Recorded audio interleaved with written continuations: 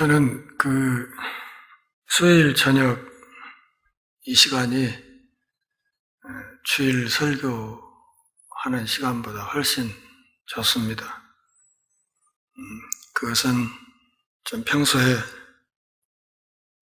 전달하고 싶었던 것들을 특별히 시간에 구애받지 않고 말씀을 드릴 수 있기 때문입니다. 지금 사도행전 2장을 굉장히 천천히 나가고 있다는 것을 느끼실 것입니다. 그것은 이 사도행전 2장이 사실은 사도행전 나머지 장뿐만 아니라 신약성경 전체를 끌고 갈 수 있는 중요한 내용을 담고 있기 때문입니다. 그래서 매주 한 주제씩을 가지고 계속 말씀을 드려왔습니다. 지난주에는 하나님의 뜻에 관해서 말씀을 드렸지요. 하나님의 뜻, 이것은 변함이 없다.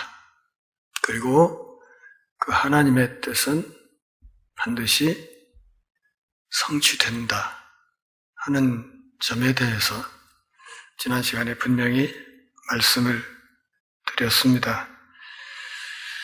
베드로는 이 최초의 이 복음 설교를 시작하면서 요엘서 2장 28절부터 32절까지 이 말씀을 들어서 이 설교를 시작하고 있습니다.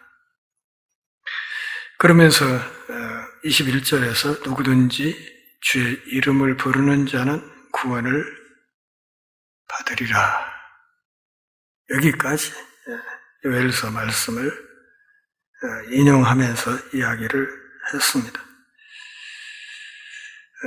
어떤 자격이 있어서 구원을 받는 것이 아니고 또 하나님을 감동시킬 만한 무슨 선행을 함으로써 구원에 이르는 것이 아니라 누가 되었든지 주의 이름을 부르는 자는 구원을 받을 것이다 하는 이 말씀을 인용하고 있습니다. 참으로 놀라운 약속이고 놀라운 은혜입니다. 요한복음 6장 44절 말씀을 한번 보실까요? 요한복음 6장 44절.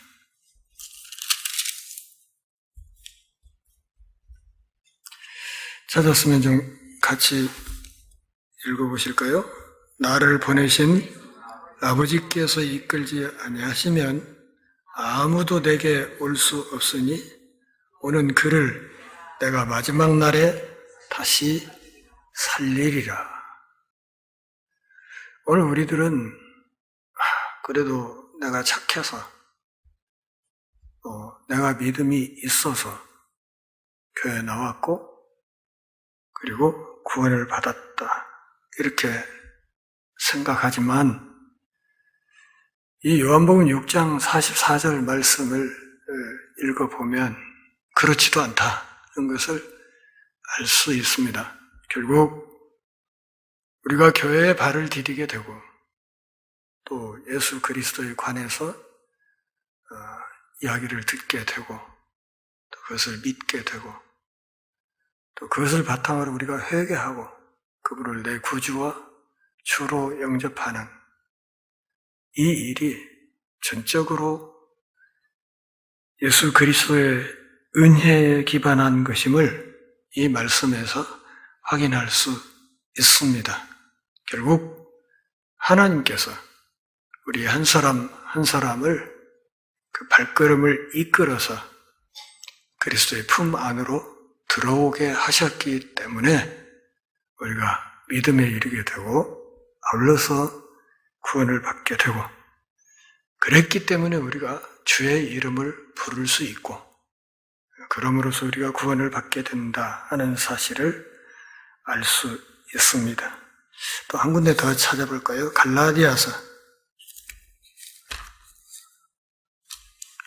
고린도전후서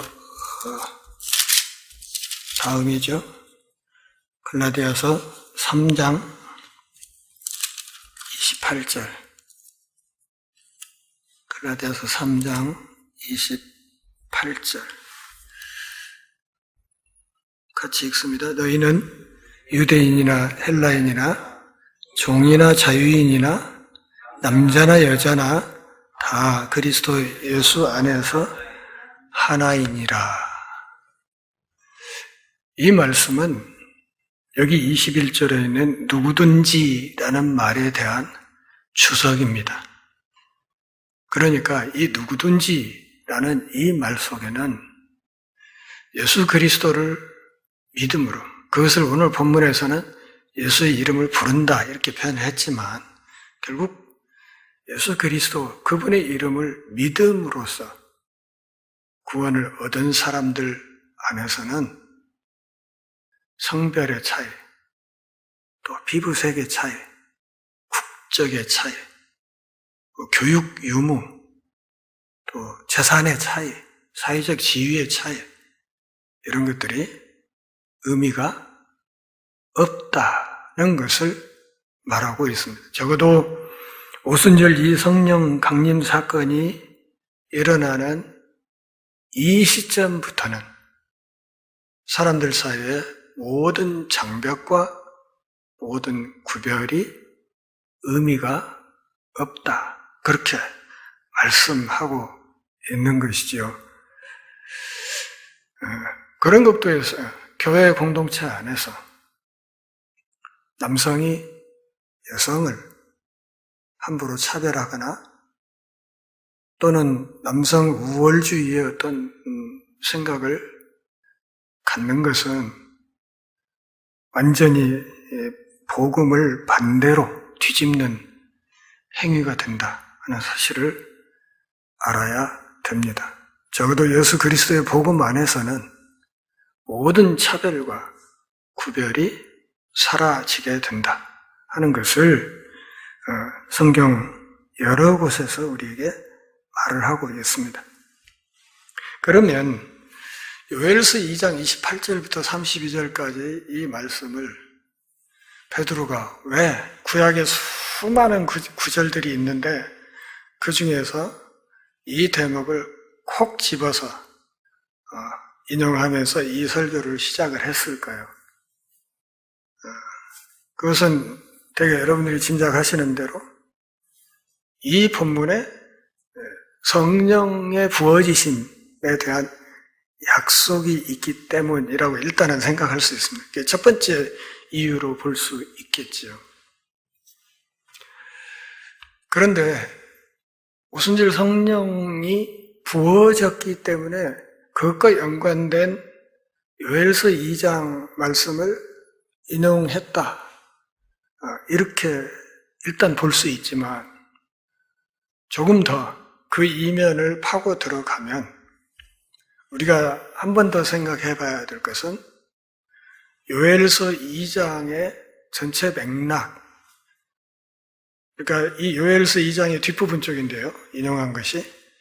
그럼 그 요엘 선지자가 얘기했던 요엘서 2장의 큰 문맥은 도대체 뭐냐를 한번 생각해 볼 필요가 있습니다. 요엘서 2장은 이런 거죠.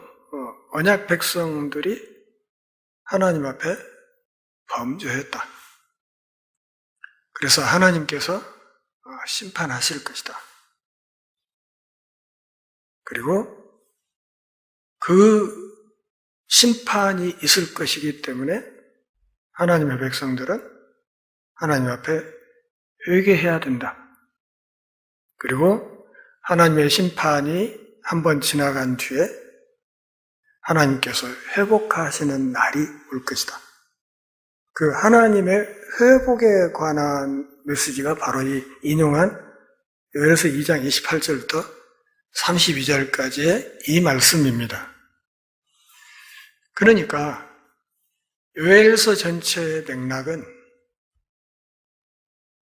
하나님을 대항하는 불의에 대한 하나님의 심판이 바닥에 깔려있는 본문이고, 그 심판을 통한 하나님의 회복을 약속하시는 말씀 안에 성령의 부어지는 역사가 예언되고 있다 하는 것을 알아야 됩니다. 그렇다면 요엘서 2장의 문맥을 바탕으로 오늘 본문을 다시 생각을 해보면 오순절 성령이 부어졌다 하는 것은 세상의 모든 불의에 대한 하나님의 심판, 그리고 그 심판의 이면이 성령의 부어지심으로 나타났다, 이렇게 볼 수 있다는 것입니다. 그러므로 종말론적인 성령 강림이 있게 되면 필연적으로 이 모든 하나님의 역사에 대한 피조물들의 반응이 요구된다. 그 피조물들의 반응이 무엇인가? 그것은 회개를 통한 구원이다, 이거예요. 지금 베드로의 설교의 뒷부분에 가면 결론 부분이 회개하고 예수를 믿으라고 하지 않습니까? 그렇기 때문에 이 결론을 이끌어내기 위한 지금 복선을 요엘서 2장을 인용하는 것으로 깔고 있다, 이렇게 보시면 됩니다. 그러니까 성령이 임했다는 것은 곧 그것 자체가 또 다른 측면에서는 바로 하나님의 심판을 드러내는 것이다 하는 거예요. 성령이 부어졌다는 것 자체가 다른 면에서 바라볼 때는 이것이 하나님의 심판이다. 이제 베드로는 그 하나님의 심판의 성격에 관해서 설명을 하기 시작할 거예요. 무엇에 대해서 너희들이 하나님의 심판을 받아야 되는가? 그리고 그 심판 앞에서, 하나님의 엄중한 심판 앞에서 그러면 너희들은 어떤 태도를 취해야 할 것인가? 여기에 대해서 이야기를 끌고 가려고 하는 거예요. 그러니까 베드로가 지금 이 설교 원고 써서 했습니까? 아니에요. 그냥 성령 강림 사건 이후에 그냥 성령의 감동, 충만한 은혜 안에서 지금 막 하는 거거든요. 막 하는 건데도 뜯어보면 볼수록 정말 기가 막힌 그 설교 내용이, 구조가, 아주 치밀한 구조가 바닥에 깔려 있다는 것을 우리가 느끼게 되는데, 이거야말로 성령의 역사라고 우리가 이야기를 할 수 있겠습니다. 이번 주간이 고난주간이죠. 다음 주가 부활주일이고, 근데 오늘 본문의 이제 끝부분에서 다룰 주제가 또 그리스도의 부활이에요. 제가 사도행전을 이렇게 쭉 이야기를 해오면서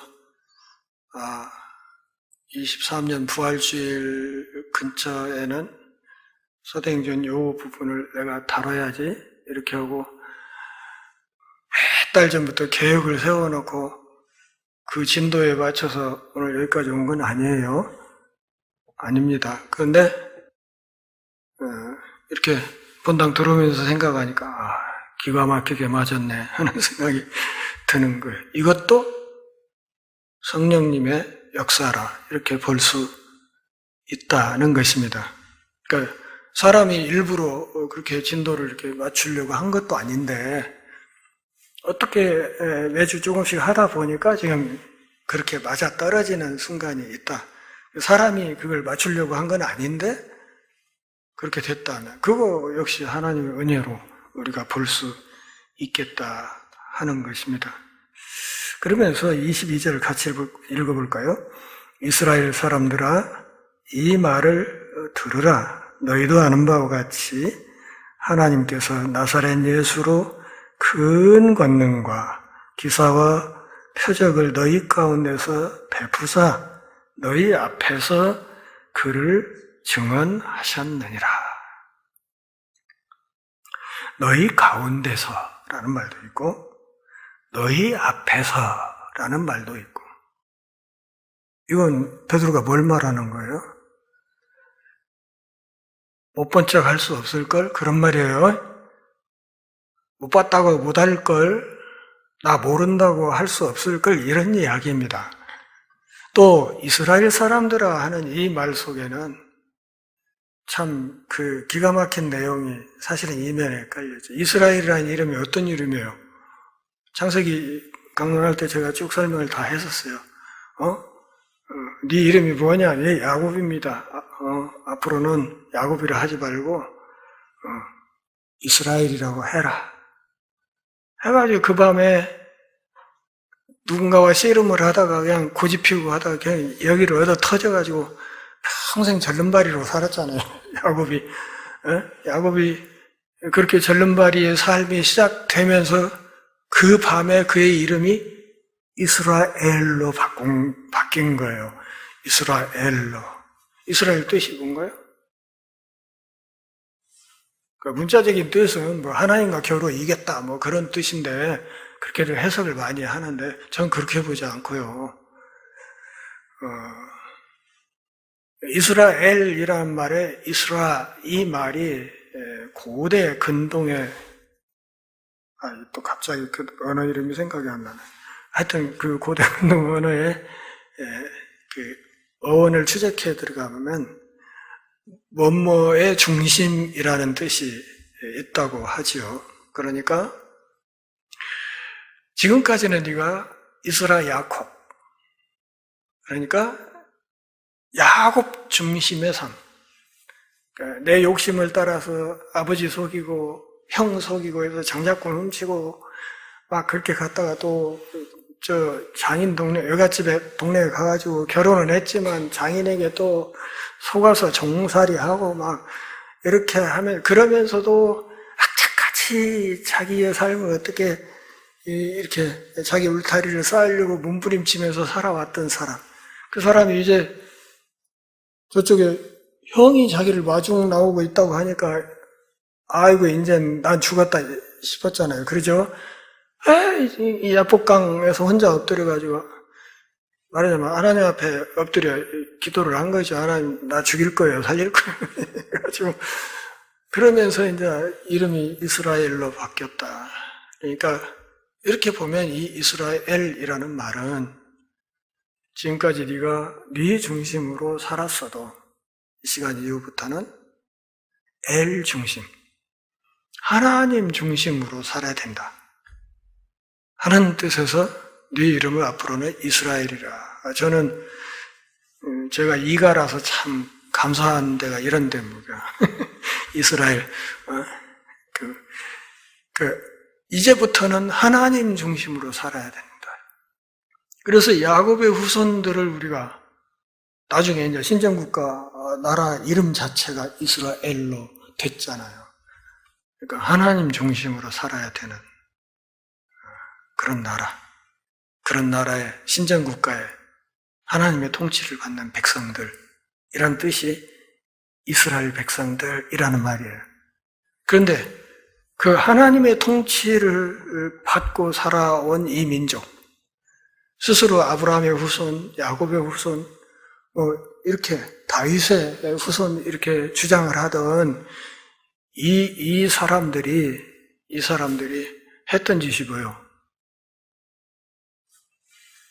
몸을 입고 이 땅에 오신 하나님을 죽이는 짓을 했거든. 그렇지 않습니까?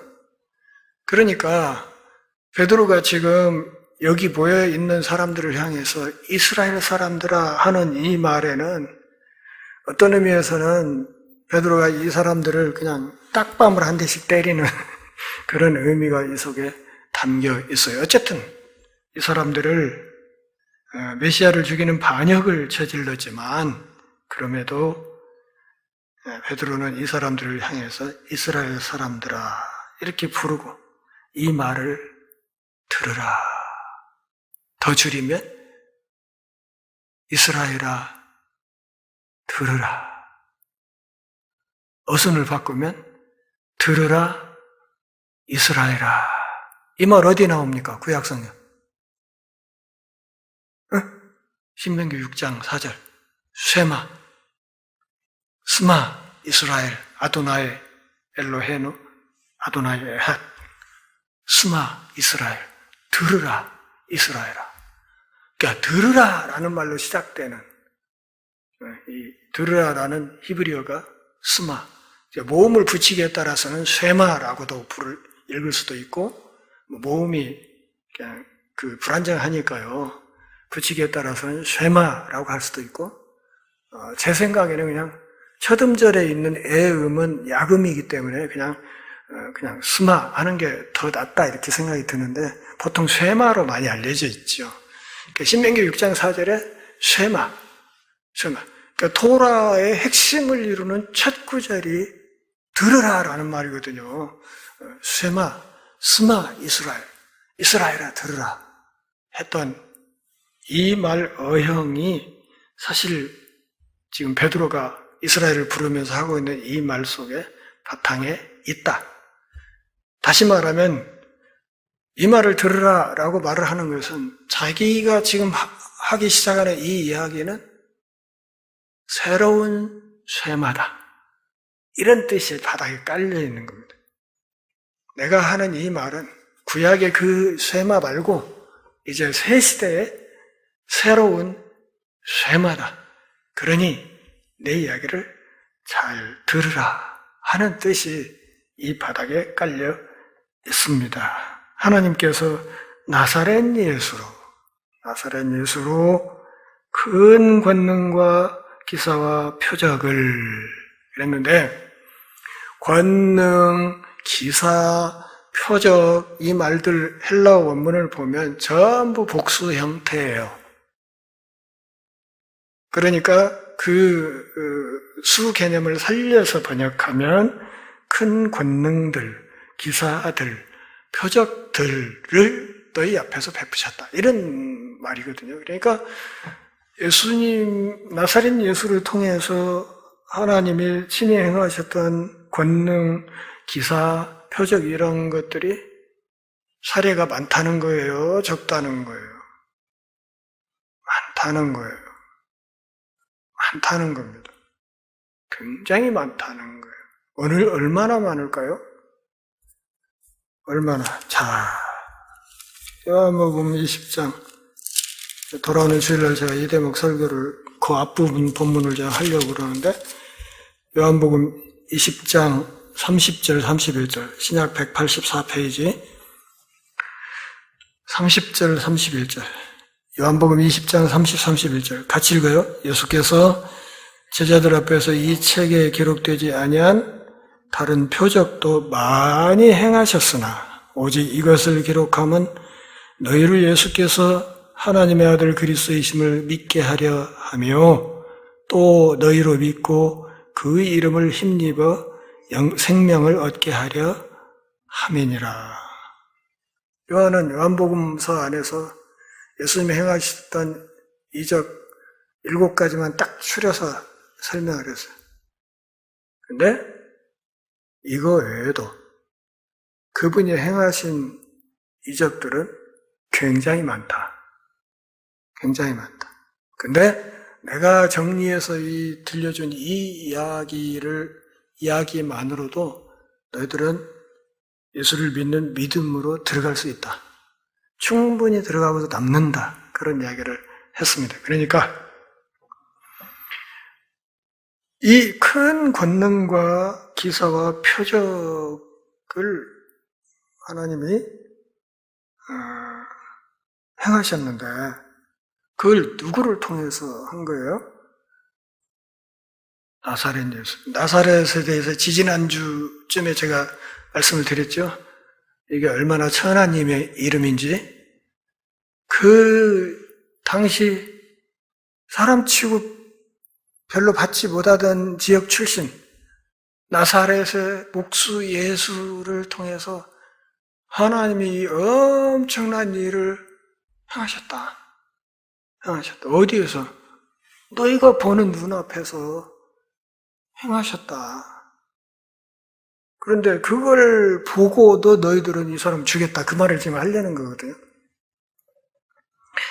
그러니까 나사렛 예수 같은 당시 사람들로부터 별로 주목받지 못하던 어떤 사람을 통해서 하나님의 수많은 큰 권능, 기사들, 표적들을 너희 가운데서, 너희 앞에서 행하셨다.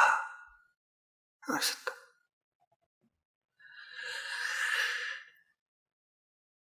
그런데 이 행위를 베드로는 22절 끝에서 뭐라고 말씀하셨냐면 이것이 바로 하나님의 증언이다. 그렇게 말했어요. 나사렛 예수를 통해서 행해진 숱한 기적과 이적과 표적, 드러난 권능 이런 것들이 그 권능이 어떻게 드러났습니까? 죽은 사람이 일어나기도 하고 말 한마디로 풍랑이 잠잠해지기도 하고 막 음식 조금 가지고 그냥 수천 명을 먹이기도 하고 그랬잖아요. 이 일이 다 무엇이었는가 하면 이것이 하나님께서 그가 누구인지를 증언하신 것이다. 1장 8절에서 예수님이 뭐라고 그랬습니까? 너희가 나의 증인이 되어야 할 것이다. 그랬는데 여기 22절에서는 누가 증인이다? 하나님께서 증인이시다. 그러니까 나사렛 예수가 누구인가에 대한 첫 번째 증인은 누구라? 바로 하나님이시다. 그 이야기를 하는 거예요. 그러니까 사람이 인정한 것이 아니고 하나님께서 인정하신 것이다. 예수님이 메시아라는 것이 이 22절 한 절에서 세 가지 각도에서 설명이 되고 있어요. 첫째는 이건 하나님이 인정한 거다. 그분이 메시아라는 거 사람이 인정한 게 아니고 하나님이 인정한 거다. 둘째는 수많은 표적들이 있다. 그분이 메시아라는 거 그 증거로 들이댈 만한 수많은 표적과 기사가 있다. 세 번째는 이 일에 대한 수많은 증인들이 있다. 그게 누구예요? 너희 가운데서 너희 앞에서 했잖냐. 너희들 다 봤지 않느냐. 보고 들었지 않느냐. 예수님이 행하시는 그 이적에 너희들 그 현장에 있었고 또 어떤 이는 그 이적의 수혜자가 되었고 그 이적을 통한 은혜를 당신들이 누리고 경험한 사례가 하나둘이 아니지 않느냐. 그러니까 22절에서 예수님이 어떤 분인가에 대해서 베드로가 지금 이렇게 설명을 하는 하나님의 증인이고 그분을 통해 행하신 이적과 기사가 증거이고 또 수많은 사람들이 증인이다. 나도 그 중에 하나다. 그런 얘기죠. 그런 얘기죠. 그러니까 이 오순절 성령 강림 사건의 토대가 된 것은 무엇인가 하면 예수님의 십자가에서의 죽으심과 부활 그리고 승천이라는 것을 지금 베드로가 앞으로 계속 주장을 할 겁니다. 23절 같이 읽습니다. 그가 하나님께서 정하신 뜻과 미리 아신 대로 내어준 바 되었거늘 너희가 법 없는 자들의 손을 빌려 못 박아 죽였다.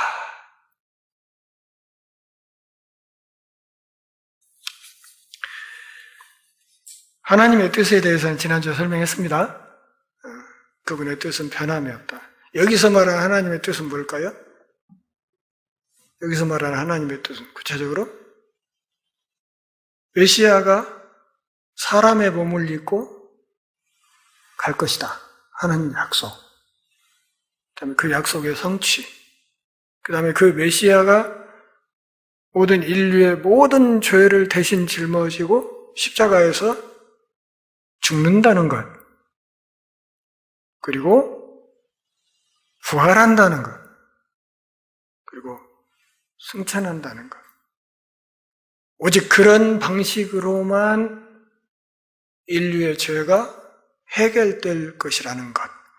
이것이 창세기 3장 15절에서부터 얘기했던 하나님의 한결같은 뜻이었다. 그러면 창세기 3장 15절에 무슨 말이 있습니까? 여자의 후손과 뱀의 후손이 한바탕 할 거라는 것.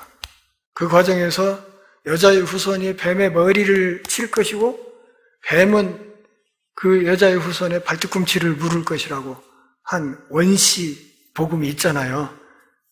거기서부터 시작한 그 하나님의 뜻을 따라서 메시아가 왔다. 여자의 후손이 와서 마귀와의 싸움에서 십자가에서 죽음으로 지는 것 같았지만 부활하심으로 최후 승리를 확인하고 승천하시고 보좌 우편에 앉아서 지금 우주 만물을 지금 다스리고 있고 재림을 준비하고 있다 하는 이런 거예요. 이것을 지금 하나님의 뜻이라고 했고, 그 미리 아신 바라는 말은 하나님께서 미리 아셨다. 조금 전에 설명했던 것들 있죠. 조금 전에 설명했던 것들, 메시아의 오심과 사역에 관한 모든 것들을 하나님이 아무것도 몰랐다가 얼떨결에 그냥 해서 긴급히 구원계획 마련해가지고 그냥 부활시키고 그런 거예요? 그거 아니에요. 슈바이처는 여러분 아주 봉사 많이 했던 의사로 알고 있죠? 근데 이 사람은 의사일 뿐만 아니라 아주 뛰어난 신학자예요.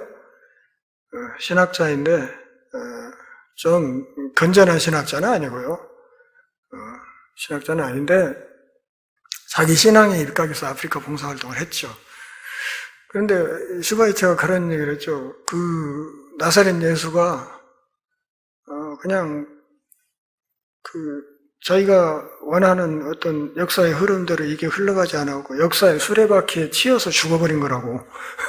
그래서 십자가 사건을 그렇게 폄하해요. 슈바이처가. 그래서 저는 이제 슈바이처를 개똥신학자라고 생각을 하는데 어쨌든 역사의 수레바퀴에 치여서 죽어버린 거다. 이제 이렇게 보죠. 그런데 베드로의 설명은 그게 아니에요.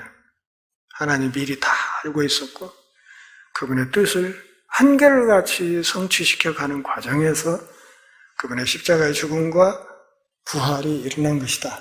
이렇게 설명하고 있단 말이에요. 누구 말이 더 맞을까요? 저는 베드로의 주장이 맞다고 생각을 합니다. 그런데 너희가 법 없는 자들의 손을 빌려서 그를 못 박아 주겠다. 헬라 원문에는 못 박아 앞에 그를 이란 말이 있습니다. 그를 못 박아 주겠다. 지금 23절에서 베드로가 역설적으로 설명하려는 것은 다른 것이 아니고 그 수많은 권능과 기사와 표적을 행했던 그가 십자가에 죽었다는 거예요. 그러니까 큰 권능과 표적과 기사들을 행했던 이 사람이 십자가를 거부할 능력이 있었을까요? 없었을까요? 있었습니다. 거부할 수 있었어요. 그게 어디서 확인할 수 있습니까? 예수님 잡혀가는 순간에 베드로가 칼 뽑아가지고 막 휘둘르면서 대제사장이 정 말고의 귀때기를 떼버렸잖아요.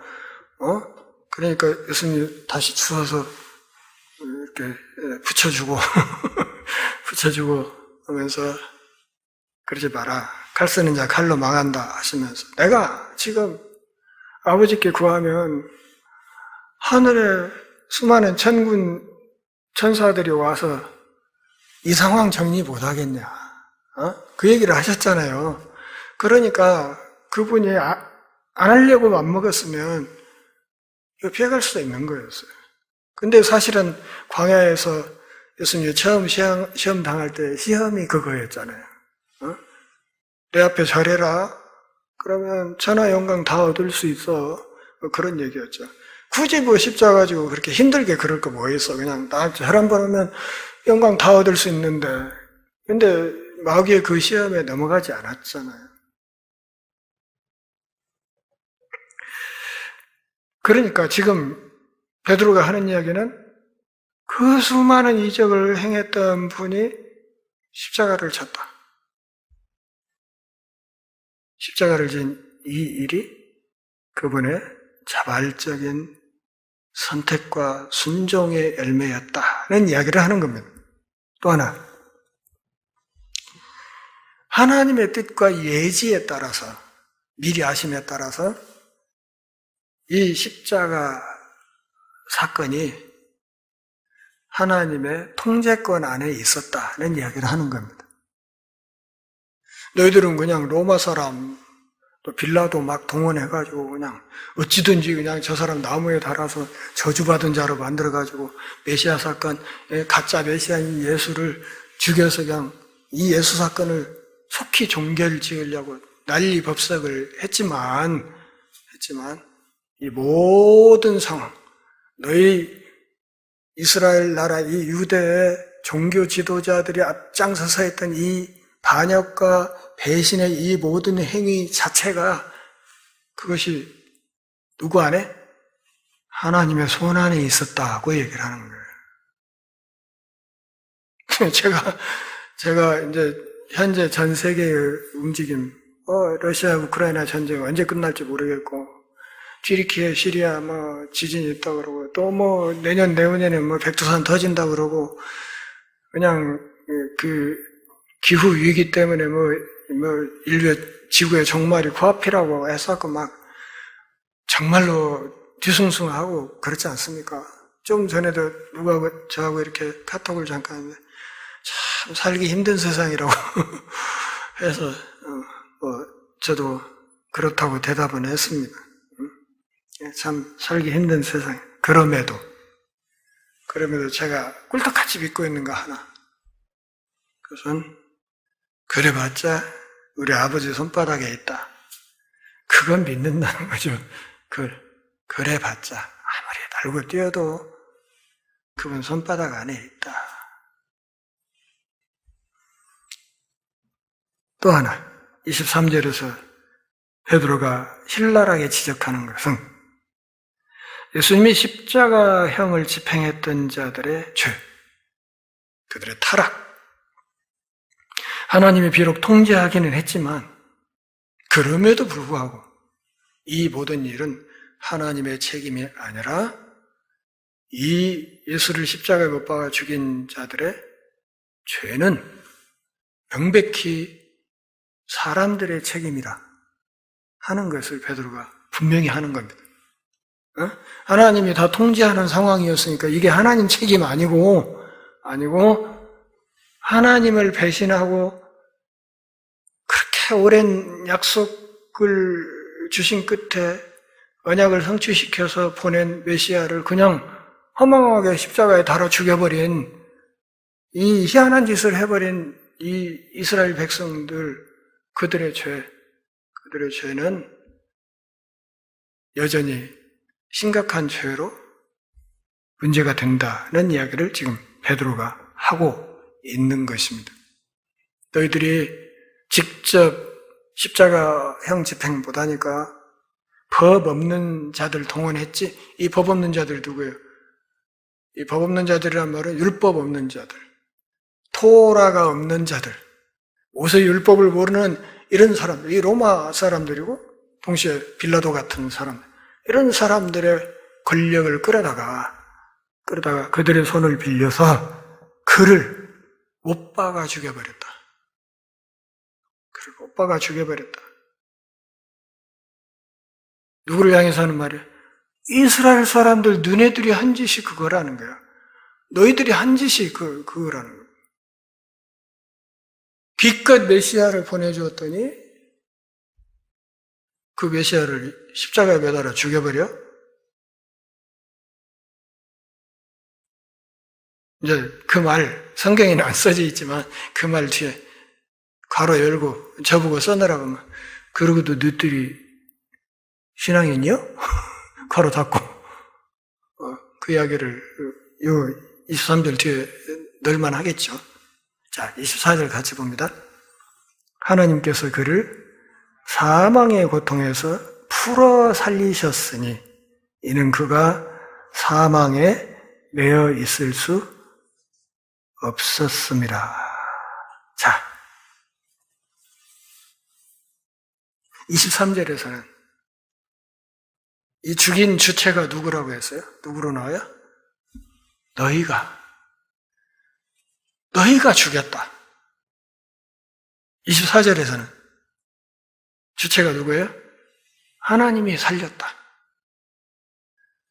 너희가 죽인 그를 하나님이 살려냈다. 지금 부활을 얘기하는 거잖아요. 24절은 예수 그리스도의 부활.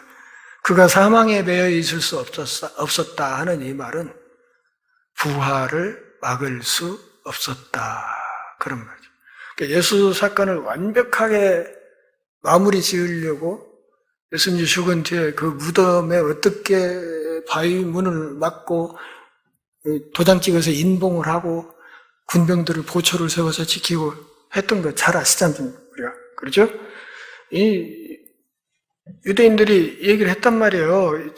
저자가 살았을 때 그렇게 이 땅이 시끌시끌했는데 만약에 그 제자들한 자들이 와가지고 밤에 시체 살짝 훔쳐다 어디다 옮겨놓고 부활했다고 저자가 생전에 내가 부활한다고 떠들고 다 했는데 진짜로 훔쳐다 어떻게 숨겨버리고 나서 부활했다고 떠들면 이 나사렛 예수 이자가 살아있을 때 소란스러웠던 것은 게임이 안 될 거예요. 그러니까 무덤 잘 지키셔. 이렇게 얘기를 해가지고 바위 문으로 돌 굴려서 막아놓고 인봉하고 병사들이 지키고 했잖아요. 근데 그 사흘 사이에 예수님이 죽어서 무덤에 이렇게 안치되고 부활할 때까지 그 사흘 동안에 예루살렘 시내에서 무슨 소요 사태가 있었다는 기록이 전혀 없어요. 가령 예수님의 제자들이 와가지고 막 군병들한테 막 뭐 뇌물을 주려고 했다든지 그랬다가 실패했다든지 또는 군병 몇 사람과 치고받고 해가지고 누가 뭐 골절상을 입었다든지 이런 얘기가 전혀 없어요. 아주 조용하게 지나갔는데 문제는 뭐냐면 무덤이 비었다는 거죠. 아무 무슨 흔적이 없는데 무덤이 비었다는 거예요. 그리고 예수님의 제자들 다 어땠어요? 잡혀갈 때, 예수님 잡혀갈 때 다 그냥 36개 주랭랑 놨던 사람들이 갑자기 변해가지고 예수님 부활했다고 그분이 메시아라고 떠들기 시작한 거예요. 지금 베드로의 설교가 그거잖아요. 여러분 오늘 지금 편하게 앉아서 사도행전 2장의 이 베드로의 이야기를 듣고 있지만 사실 베드로가 하고 있는 이 이야기는 지금 요엘서를 인용하면서부터 시작한 이 이야기는 베드로가 목을 내놓고 하는 설교예요. 목숨 걸고 하는 설교라고요. 이게 왜? 불과 한 50일 전에 나사렛 예수 십자가에 못 박아 죽인 땅이야. 여기가 다른 데도 아니고 나사렛 예수를 십자가에 매달아 죽인 이 일이 불과 한 50일 전에 있었던 그 땅이에요. 거기서 지금 이 이야기를 하는 게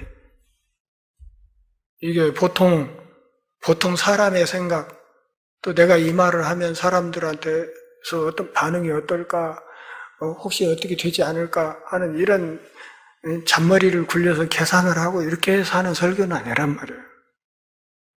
이 비겁하게 예수를 저주하면서까지 부인했던 이 사람이 이 눈부신 복음 설교를 이렇게 수많은 사람 앞에서 할 수 있었다는 거예요. 청중이 적어도 몇천 명은 됐다는 거 알 수 있죠. 성경 이 설교 끝에 가면 그날에 3,000명이 회심하고 돌아왔다고 하니까 그보다 훨씬 많은 수가 들었을 거 아닙니까? 이 설교를. 그러니까 너희가 죽인 그 예수를 하나님은 살렸다. 요약하면 나사렛 예수가 부활했다. 나는 부활의 증인이다. 그가 부활했다는 것은 그가 의인이었다는 결정적인 증거다. 의인은, 거짓말쟁이가 의인이 될 수 있어요, 없어요? 없습니다. 의인이라는 말은 그가 하는 모든 말이 진실이라는 뜻이에요. 그러니까 십자가 지기 전에 나사렛 예수가 했던 모든 이야기가 진실이고 진리라는 뜻이에요. 그분의 가르침과 모든 말이 진리였다는 것을 단적으로 증명하는 것이 예수님의 부활사건이란 말이에요. 베드로가 지금 24절에서 얘기하는 것, 그분 부활했다. 너희는 죽였는데 너희가 죽인 그 나사렛 예수, 하나님이 살렸다. 그분은 죽음의 종노릇할 분이 아니다. 오히려 죽음을 짓밟고 죽음을 다스리는 생명의 주인이다. 그래서 하나님이 그분을 살렸다. 이렇게 이야기를 하는 거랍니다. 너희가 죽인 그 예수를 하나님께서 살리셨다. 그가 부활했다. 너희가 그토록 고대하던 그 메시아가 바로 나사렛 예수였다. 근데 너희들은 사람을 제대로 보지 못했다. 예수님이 그런 얘기 하죠. 이스라엘 사람들이 사람을 잘 못 본다고. 메시아가 오기 전에 엘리야가 오리라고 하지 않았습니까? 구약 예언에. 그러니까 예수님이 뭐라고 그래요? 엘리야가 왔는데 사람들이 그를 알아보지 못했다. 그러잖아요. 그래서 누구를? 바로 그 세례 요한이 바로 엘리야였다는 것을 말씀을 하지 않았습니까? 그렇기 때문에, 그러니까 세례 요한도 그렇고 그가 증언했던 예수님도 그렇고 이스라엘 사람들이 사람을 알아보지 못했다. 사람을 전혀 알아보지 못했다. 메시아를 기다리면서 정작 메시아가 오니까 그를 죽여버리는, 나사렛에서 뭔 선한 것이 나갔어 이래가지고 그냥 죽여버리는 그런 일이 벌어졌다. 그럼에도 하나님께서 그를 다시 살리셨다. 그가 부활했다 하는 이야기를 하고 있습니다. 오늘 여기까지 하죠. 기도하겠습니다. 하나님 아버지, 오늘도 우리가 함께 모여서 주의 말씀을 들으며 또 우리 신앙의 옷깃을 다시 여미는 은혜 주셔서 고맙습니다. 우리 죄짐을 지고 죽으신 예수 그리스도, 부활하여 참 생명의 첫 열매가 되신 우리 주님을 우리가 알고 믿고 따르는 은혜의 길, 구원의 길로 우리를 이끌어 주셔서 고맙습니다. 고난주간 잘 지내게 하시고 부활 기념주일 기쁜 얼굴로 함께 만나 부활의 영광을 찬양할 수 있도록 은혜를 허락하여 주옵소서. 예수님의 이름으로 기도합니다. 아멘.